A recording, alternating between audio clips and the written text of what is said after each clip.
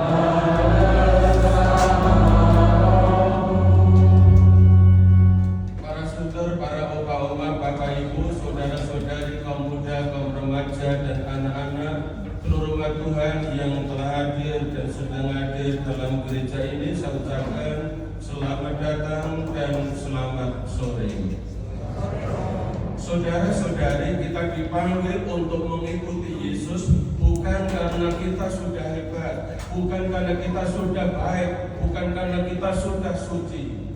Justru karena kita ini orang-orang berdosa, kita dipanggil untuk mengikuti Yesus, supaya dengan mengikuti Dia sebagai Sang Guru membentuk kita, mengampuni kita, menguduskan kita, dan hidup kita berkenan di hadapan-Nya. Mari mengawali Ekaristi ini, kita akan lebih dahulu membangun semangat kerendahan hati, mengakui bahwa kita memang orang-orang yang berdosa, yang membutuhkan terus-menerus kerahiman yang dari Allah, sehingga hidup kita sungguh berkenan di hadapan Allah. Kita sejenak, kita siapkan pikiran, hati, dan seluruh keberadaan kita.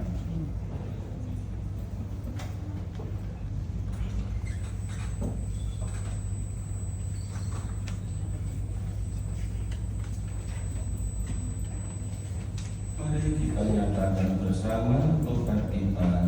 Saya mengaku kepada Allah yang Maha Kuasa dan kepada saudara sekalian bahwa saya telah berdosa dengan pikiran dan perkataan, dengan perbuatan dan kelalaian. Saya berdosa, saya sungguh berdosa. Oleh sebab itu saya mohon kepada Santa Rahman Maria, kepada para malaikat dan orang kudus, dan kepada saudara sekalian, supaya mendoakan saya pada Allah Tuhan kita. Allah yang Maha Kuasa mengasihani kita, mengampuni dosa kita, dan mengantar kita ke hidup yang kekal.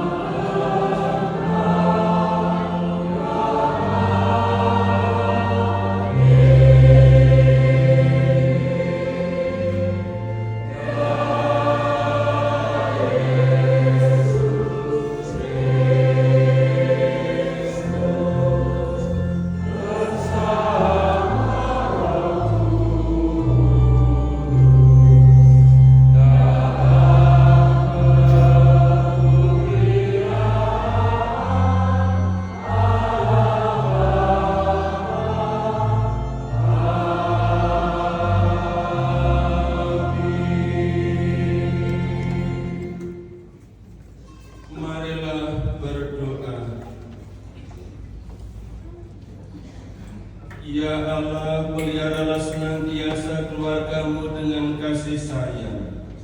Karena hanya rahmat-Mu yang menjadi dasar harapan dan andalan kami dalam mengikuti Yesus Kristus Putra-Mu, Tuhan dan Juru Selamat kami, yang hidup dan bersatu dengan Engkau dan Roh Kudus, Allah sepanjang segala masa. Amin.